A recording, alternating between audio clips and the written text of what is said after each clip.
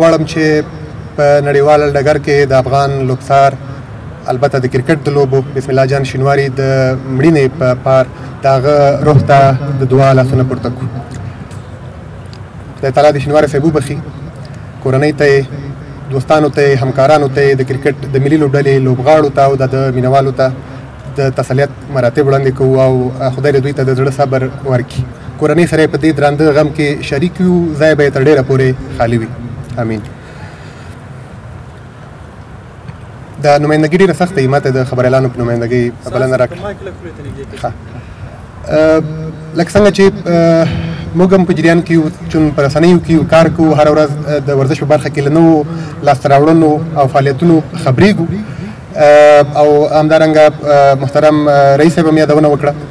د افغانستان ورزش خوشبختانه په دې وروستیو کې د پراختیا او غوړېدا په حال کې ده، په هره برخه کې البته، هم په اولمپیکي سیالیو کې، هم په فوټبال فوټسال کې، هم د کرکټ په برخه کې.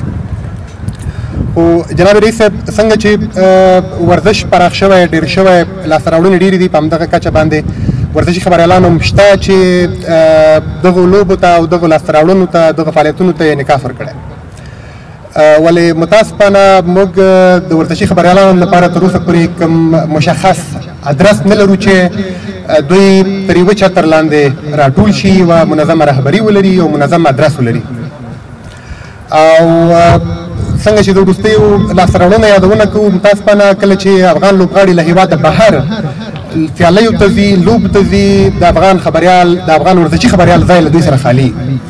زموږ هیله دا ده چې د ورزشي خبریالانو کوم ادرس چې تاسو سره هغه موضوع شریکه شوې ده، د ورزشي خبریالانو د فدراسیون د بیا فعالېدو موضوع، د دغه فدراسیون د بیا فعالېدو په برخه کې تاسې او په ټوله کې حکومت او ښکېل اړخونه له موږ سره همکاري وکړي، څو دغه فدراسیون یو ځل بیا فعال کړو او د هغې له لارې بیا موږ وکولی شو چې افغان خبریالان بهرنیو سیالیو ته له افغان ورزشکارانو سره یو ځای واستوو، څو له هغه ځایه په ډېر ښه شکل دوی وکولی شي چې د هغو لوبو او سیالیو څخه ګزارشونه او راپورونه او خبرونه جوړ کړي.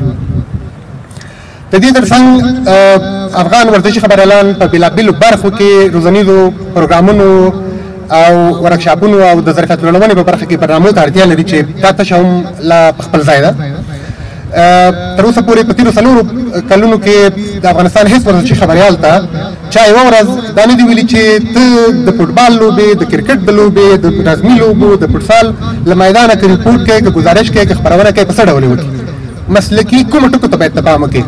خو زموږ ورزشي خبریالان هغه څه چې د دوی خپله زده دي، هغه څه چې دوی خپله تجربه ده، هغه څه چې دوی په پوهنتون کې، په کتابونو کې یا له نورو خبریالانو زده کړي، د همغې نه په استفادې باندې ګټه اخلي، ورڅخه کار کوي او مخې ته ځي. خو په دې برخه کې لا ډېرې روزنې او ظرفیت لوړونې ته اړتیا شته چې په دې برخه کې ستاسې همکاري نهایت ډېره مهمه او اړینه ده.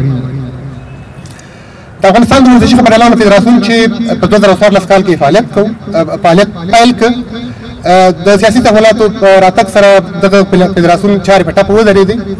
رهبري په 2020 کال کې ټاکل شوې وه.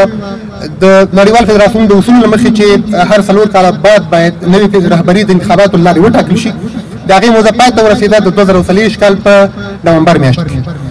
موږ د افغانستان په داخل کې څو ورزشي خبریالان سره یو ځای شو او د دغه فدراسیون د بیا فعالېدو لپاره مو هڅې پیل کړې چې تاسې همدارنګه د افغانستان د اطلاعات او کلتور محترم وزارت، فوټبال فدراسیون، د افغانستان د کرکټ بورډ محترمه اداره او ځینې امنیتي داخلي ادارې موږ په جریان کې کړه، خپل پلان او ترتیب مو سره شریک کړ، کور وزن ستاسو په شمول زموږ د هڅو ملاتړ وکړ. خو دا ملاتړ یوازې تر یوې وینا محدود و. موږ هیلهمند یو چې په دې برخه کې موږ سره عملي ملاتړ وشي او همکاري وشي چې دغه فدراسیون بیا رافعال کړو. موږ په تېرو 2 میاشتو کې همدومره کړي چې په ټول افغانستان کې مو د ټولو رسنیو له ورزشي خبریالانو سره تماسونه نیولي، د فدراسیون په اړه مو ته معلومات ورکړي او خوشبختانه چې په ناستو ملګرو کې به 90% زموږ د فدراسیون غړي هم وي. دا راسره یو ځای شوي. د دې ترڅنګ مو تاسو په جریان کې یاستئ، د جولای 2 د ورزشي خبریالانو نړیواله ورځ په ټوله نړۍ کې لمانځل کېږي. په افغانستان کې موږ یوازیني وو چې په 12 ولایتونو کې مو د دغه غیر فعال فدراسیون له ادرسه دغه ورځ ولمانځله او د ټولو خبریالانو د هڅو کړنو قدردانۍ مو وکړه. د دې ترڅنګ مو د خبریالانو لپاره هیڅ مشخص ادرس تر اوسه پورې موجود نه و. موږ خوشبختانه د خپل ټیم په همکارۍ باندې د دوی لپاره په نړیوال معیار برابر یو ویب سایټ ډیزاین کړ، لانچ مو کوو. اوس عملاً زموږ همکاران او ملګري په دې باندې کار کوي چې د ټولو ورزشي خبریالانو پروفایل، د دوی بیوګرافي او د دوی د فعالیتونو گزارش او بیوګرافي جوړه کړي او په هغې کې اپلوډ کړي، څو هر وخت د هر چا لپاره د لاسرسي وړ وي او د فدراسیون فعالیتونو هم په داخل کې او هم په بهر کې ورڅخه خلک خبر شي. له نړیوال فدراسیون سره موږ عملاً اړیکې لرو. موږ دفعتاً اوس په افغانستان کې یوازې ستاسې یعنې د ورزشي ادارو همدارنګه د حکومت ملاتړ ته اړتیا لرو چې د نړیوال فدراسیون د اصولو له مخې په افغانستان کې انتخاباتو ته زمینه برابره شي او د دغه فدراسیون د رهبرۍ لپاره چې یو رئیس، دوه معاونین، یو سکرتر جنرال او یوه اجرایه کمیټه به ولري، د هغې لپاره ټاکنې وشي او نوې رهبري رامنځته شي او بیا دغه رهبري هم د فدراسیون له ادرسه، هم ستاسې یعنې د ورزشي ادارو له ادرسه او هم د حکومت له ادرسه د نړیوالو ورزشي ادارو او نړیوال فدراسیون سره شریکه شي. نو په دې برخه کې ستاسې نهایت ډېرې همکارۍ ته اړتیا لرو. واخر دعوانا ان الحمد لله رب العالمین.